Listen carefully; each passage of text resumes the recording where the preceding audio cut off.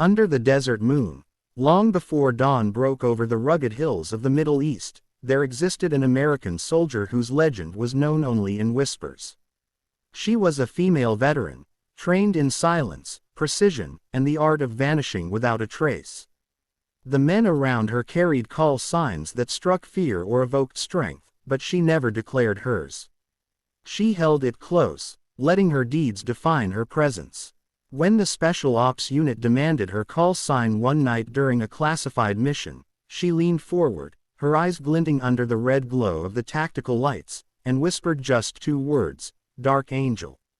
In that moment, she disappeared into the night, becoming a shadow among shadows, leaving behind nothing but the pulse of mystery and the promise of death for those who stood against her mission. What followed became one of the most unforgettable true stories in the history of U.S. Army operations. The mission had begun with silence.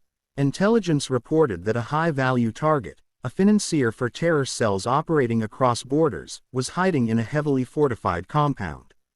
The enemy was layered deep within narrow valleys, guarded by men who knew the terrain better than anyone else alive. The odds of survival for even the best trained team were slim. Dark Angel was not part of the original plan. She had been brought in at the last moment, called from a hidden base where her skills were rarely revealed, her name scrubbed from official records. For the men, she was an enigma. For the command, she was the ace in the hole. The convoy stopped miles away from the target zone, engines killed, only the hum of night vision gear filling the silence. She stepped out last, her movements fluid, quiet, controlled. Unlike the others, she carried no heavy packs, no bulky equipment, just a lightweight suppressed rifle, blades strapped close to her body, and a small black notebook she always carried. Some whispered it was filled with names, others said prayers. None of the men dared ask. As they moved into formation, the commander barked, "Call signs, sound off." One by one, the men answered. When the silence reached her, she simply whispered, "Dark Angel." And before anyone could even acknowledge it, she was gone, swallowed by the desert night. She moved ahead of the squad like a phantom, her footfalls absorbed by the earth. The first outpost guarding the valley never saw her coming. 2 sentries positioned with machine guns lay slumped in silence before they could ever raise their weapons.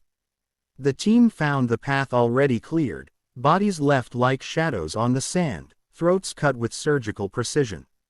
No gunfire, no noise, nothing to alert the enemy further inside. Her presence was felt, not seen. The team followed, nerves tight, realizing they were moving through death that had already been written. Inside the valley, the compound rose like a fortress of stone and steel. Floodlights beamed across the cliffs, snipers on rooftops scanned for movement, and the distant hum of radios filled the air. The commander gave orders for suppressive fire, but before he could finish, Dark Angel had already scaled the northern wall. The men below watched her disappear across wires and shadows as though gravity itself bowed to her. Minutes later, the floodlights died, one after the other, until the valley plunged into darkness. Panic rose from the compound, shouts in foreign tongues, boots scrambling on gravel. Then came the gunfire, but not from her. The enemy was firing at ghosts, their own fear consuming them. She had become their nightmare before the team had even breached the gates. When the men advanced, explosions ripped across the compound. Not bombs, but precise detonations planted by her hand. Every tower, every heavy weapon position was crippled within seconds. The ground shook as dust filled the air, and from within the chaos, the silhouette of a woman moved like smoke, weaving between flames and bullets. Every shot she fired found its mark. Every blade strike ended with silence. The team pressed in behind her, their mission suddenly possible because she had turned the impossible into ruin. Inside the main hull of the compound, the high-value target was barricaded with his guards. As the team prepared to storm the steel doors, Dark Angel was already inside. How she had entered, no one could explain. When the team breached seconds later, they found the guards motionless, their weapons dropped, eyes wide in frozen terror. The target himself sat bound and gagged, alive but broken, staring at the woman who stood in the corner with her rifle lowered. She said nothing, only looked to the commander with a slight nod before vanishing into the smoke once again. Extraction was brutal. Enemy reinforcements had been alerted, flooding into the valley with trucks and RPGs. Helicopters were called in, their rotors chopping through the night, but the landing zone was compromised. The squad fought desperately, pinned down, until a sudden flare lit the sky. High on the ridgeline, Dark Angel stood, her figure backlit by fire, signaling the pilots to shift. As the helicopters swooped in on the new mark, she opened fire with deadly precision, cutting down wave after wave of approaching fighters. It was not just skill, it was something otherworldly, as though her bullets were guided by unseen forces. One by one, the soldiers boarded the helicopters, dragging the target with them. But when they turned for her, she was gone. The ridgeline burned, the night roared with chaos, yet she had vanished. Only her flare remained, still glowing against the stars. The commander tried to call her on comms, but no voice answered. She was not on the bird, not on the ground, not among the wounded or the fallen. She had melted into the night, exactly as she had arrived. In the days that followed, official reports were written. The mission was declared a success, the target secured, the compound destroyed. Nowhere in the documents did her name appear. The men who had fought beside her swore she was real, that they had seen her work, that she had saved their lives.